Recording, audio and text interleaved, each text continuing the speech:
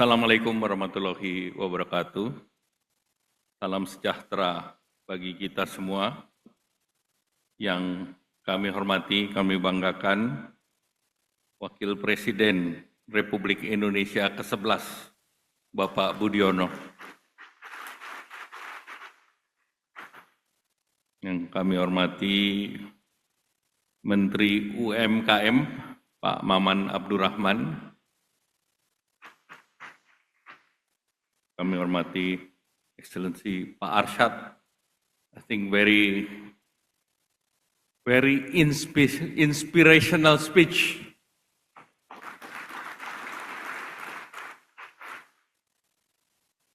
I think Pak Arsyad is lucky because he can make a speech without text, while I cannot do it. Yang kami hormati Pak senior saya, Pak Sofyan Jalil, Pak Darmin Nasution, Pak Agus Martowardoyo. I have to mention all of my senior. Then all the Board of Trustee of Indonesia Business Council, and His Excellency Mr. George Yu,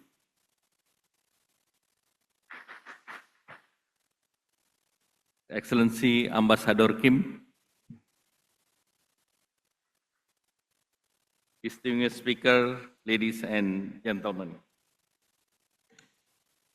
I think two books that is necessary and compulsory to be read at this period of time. One book is mentioned by Pak Arsyad, Why Nation Failed, by James Robertson. I was in forum with James just a few weeks ago in the GCC Summit. And the other book is The Shaping of World Order by Ray Dalio. I think if you want to understand the Indonesia new policy, just read these two books, then you will understand what the difference that we make at this period of time. And all mention about the uncertainty in the global world and the war to become number one.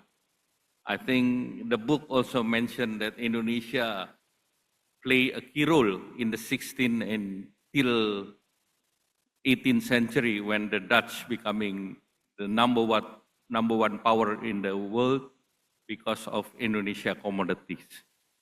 So Indonesia learned a lot how commodity drive the wealth of the nations. First, in the early centuries, 16 during the Dutch, how Dutch become prosper because of spices from Indonesia. And Pak Arsyad mentioned that during Suharto era, that is the politics is exclusively for Golkar, then the prosperity can be 8%. Now, because of Ray Dalio books, in the politics of inclusivity, so we have to readjust the growth to 5%. But since the new government support by 80%, more than 80% in parliament, and the popularity more than 82%. So I think we have an aspiration of higher growth as well, 7 to 8%. I think that's what we need the support from all the CEOs and the captain of the industry. Honorable ambassadors, thank you also for being here. And the world economy projected to grow between 2.7 to 3.3. So it's below COVID era, and I think the new risk is appearing. We have uncertainty in the geopolitical policy as well as the tension in Europe. Europe with US, unprecedented. China with US, I think has been there for a decade. the uncertainty in Taiwan, and the limitation of strategic commodities and industries. Now semiconductor has dual function. One is for peace, second is for the war purposes. That's why there is a limitation of semiconductor export, even to Indonesia. During the Biden administrations, they put Indonesia as 7 of nations that allowed to produce semiconductors. But under Trump, they limit that the country that can produce semiconductor below 7 nano is only limited country, which is the US ally, 100% to be the partner of the US. And then there is also high inflation in the US, and under Trump, he would like to pump more oil. The target is to reduce the oil price. On the other hand, of course, the Fed is still put the US dollar interest at higher for longer. And then we see the climate change is another issue. And if the global growth of other countries like US, about 2.1%, Europe only 1.4%, China 4.5%, Brazil 2.2%, and ASEAN 4.5%. So basically, if we see Indonesia economics grow at 5%, I think together with other ASEAN countries, Vietnam, China, and Philippines, who are growing above 5%, the rest of the country are less than 5%, and Indonesia, under the PPP, our economic GDP is around 4.7 trillion US dollar. So currently Indonesia is number 8 in the global world. That's why Indonesia is entering a session of OECD. Indonesia is an important part of the global south, and it is important also for OECD to include Indonesia as to make the OECD more inclusive. We have managed to control the inflation about 1.57% last year, and this month is 0.76% due to our policy for the electricity under 2,200 VA at 50% discount for 2 months. So it's administered price help Indonesia to maintain one of the lowest inflation in the world. And if you see the recession probability, Indonesia also one of the lowest is 5% in compare with other countries. So our economy remain resilient with stabilization of inflation under control, and Indonesia also, if we see the poverty rate is less than 10%, is 8.57%, and unemployment rate is 4.91%.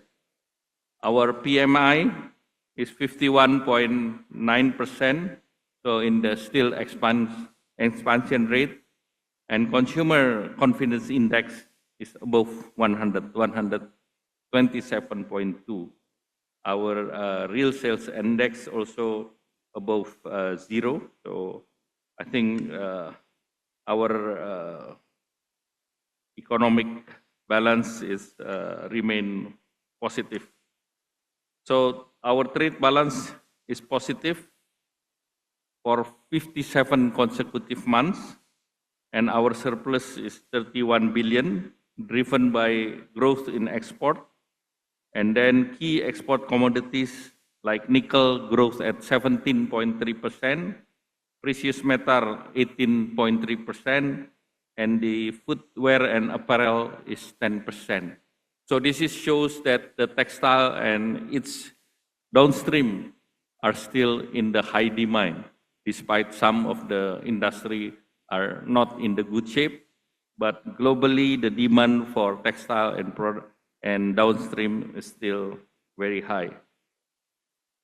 And then to achieve 2025 economic growth target, the government has launched several policy that this policy was announced by President Prabowo yesterday, that we're still maintaining optimization of social assistance in the months of February and March 2025, and disbursement of Eid allowance for state workers and private workers till March 2025, and then Ramadan stimulus package, including the discount of airline tariff, like what we did in the Christmas, around 10%, and economic stimulus package, including electricity 50% tariff for the months of January and February, and VAT exemption for automotive, property, as well as for motorcycle. So motorcycle will be using the VAT exemption at this moment. And then expanding the free nutritional meal program. With the free nutritional meal program, the disbursement of cash in the village level that under the program, base program is only 1 billion, but with the free meal program, it can increase into 5 to 6 billion. So if there is a 7 billion circulation of money in the village, so the economic in the grassroots will be increased because they are supplying for the free meal program, including the agriculture product. So for the long-term competitiveness, President Prabowo has initiated several strategic measures, such as food and energy resilience program. Other country that has done this, including Japan and China and India and some others. So this is for a country like China, India, or even Japan. This is not a new program. So we learn from those countries as well. And then optimization of state-owned enterprise through Danantara. Danantara is a new home for the state-owned enterprise and will be launching by the President very soon, on the 24th of February. The asset under management in Danantara is above 900, I think 900 trillion, I think. And then the government also support for housing program, the 3 million program with special financial package from the banking, and continue development of industrial estate as well as special economic zone. And then we give credit for labor intensive industry up to 20 trillion rupiah.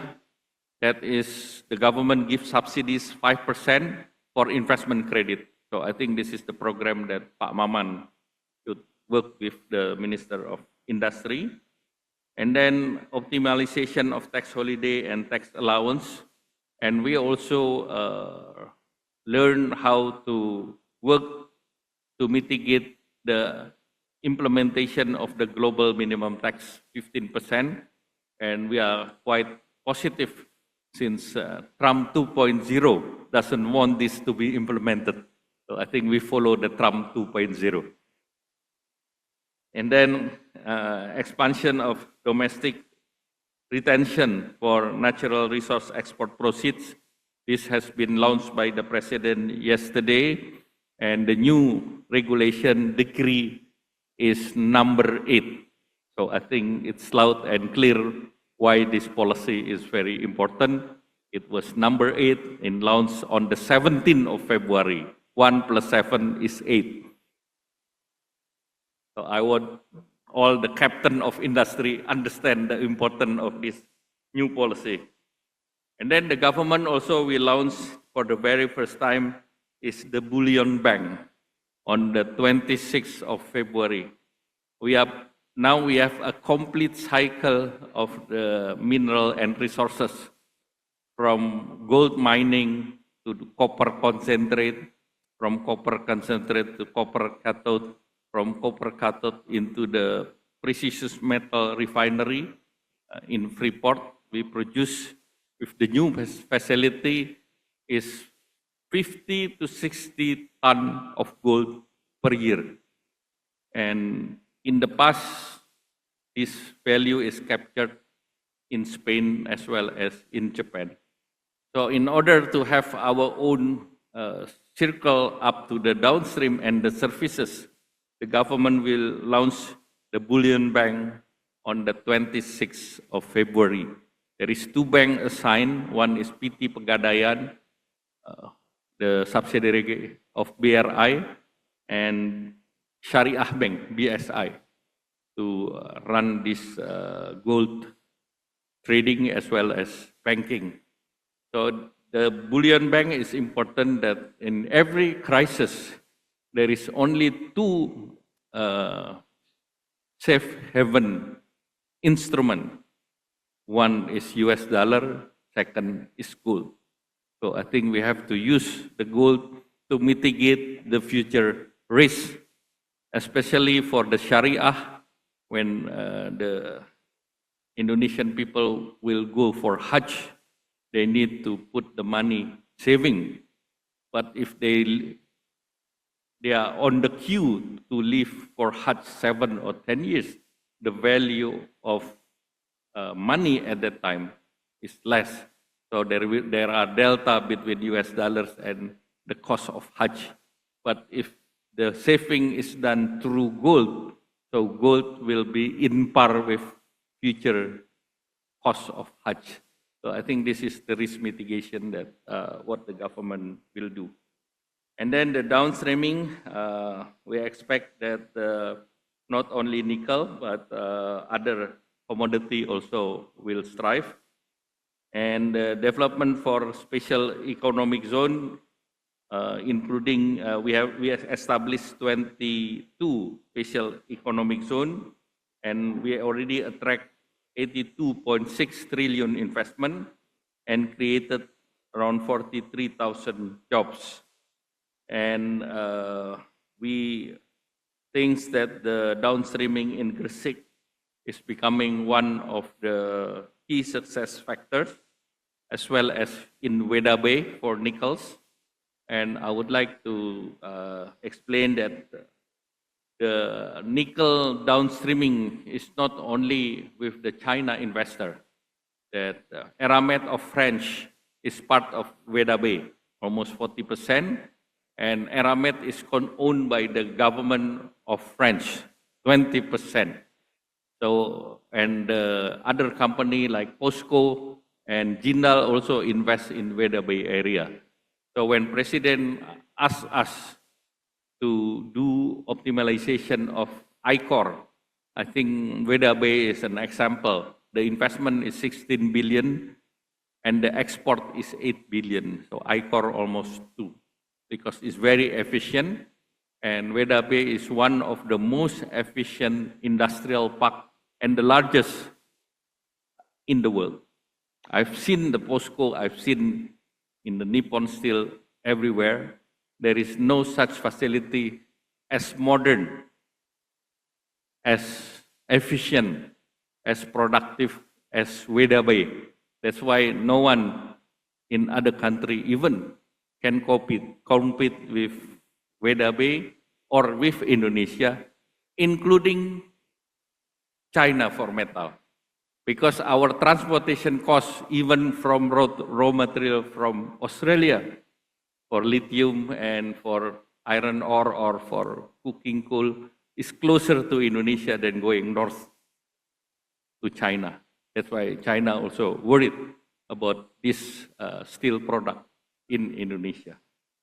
If our product is competitive and strong, of course other country is not happy. We are strong with palm oil and derivative. The US also complain about it. And beside dumping duties and whatever, they also challenge through WTO. They launched a new law, the REDD as well as EUDR, but thanks God that we win in the WTO case for the palm oil. We are losing in the nickel, but it's okay. Sometimes you win, sometimes you lose. It depends on us how to handle this issue. I think the captain of industry are aware of this, so we just look for another market, or we create our own market in Indonesia. So I think we are blessed with our domestic market as well. And for the electric vehicle, I think we are one of the country that has a competitive edge because of the ecosystem of electric vehicle through the battery economic is needed not only for electric vehicle but also for renewable energy. There is no renewable energy, quote unquote, without battery because you need to store energy. And the renewable energy is always intermittent because of the source of sun is not 24 hours. The source of wind also fluctuates and any others. So I think battery is a key sector, and Indonesia currently is strong not only for nickel base, but also Indonesia produce lithium base. We import lithium from Australia as well as from DRC, Democratic Republic of Congo. So we do the assembling and manufacture in Morowali as well in Weda Bay. And as far as anode, which is the other pole of battery, we use based on asphalt, based on carbon black. And at the moment, we are one of the largest in the world with a facility in Kendal, 80,000 ton per annum, and will be increased, I think, toward end of this year, becoming around 160,000.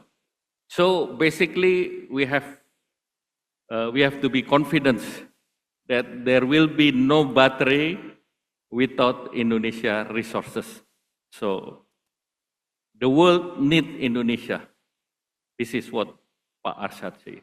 So let's capitalize this for the future.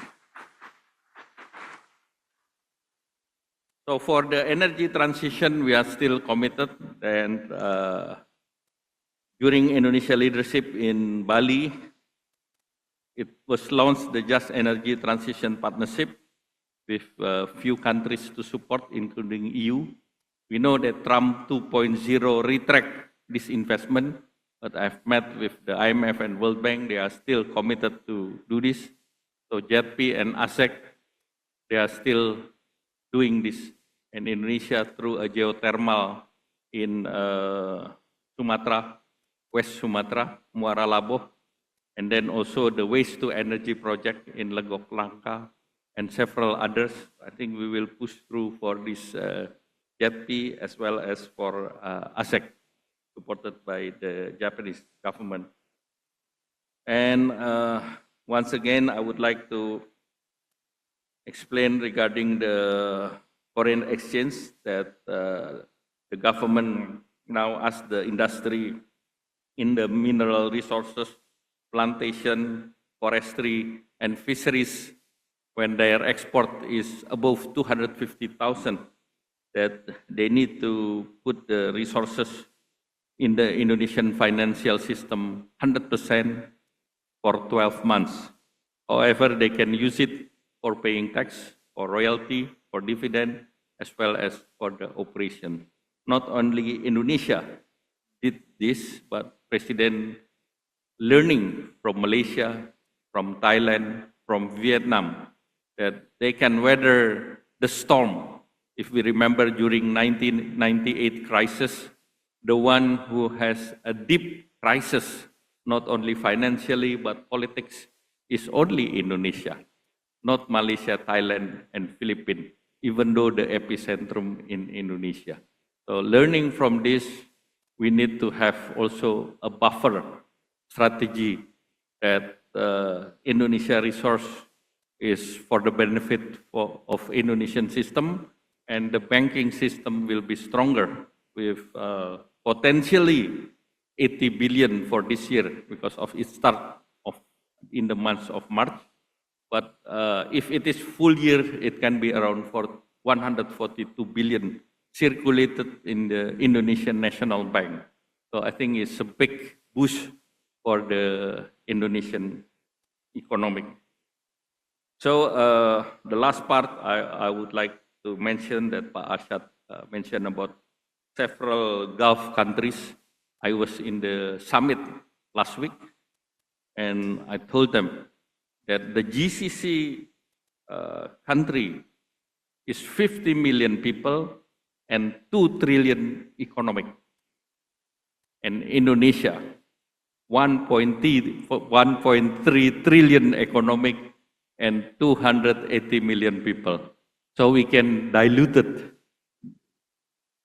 So it is important for Indonesia to be part of that GCC. We are under the discussion and negotiation, but the Ministry of Economic of Saudi Arabia also, and as well as UAE, are willing that Indonesia will be part of it, not because of we want to be part in this SEPA, but we would like to increase our business climate, best practice, so that their investment is not go north, because most of GCC country investment are in Europe or in the United States, go north. They never go to the Southeast Asia. So this time I asked them that their investment should go to the Southeast Asia. So I think I would like to stop here and thank you for inviting me in this very important summit. Thank you. Wassalamualaikum warahmatullahi wabarakatuh.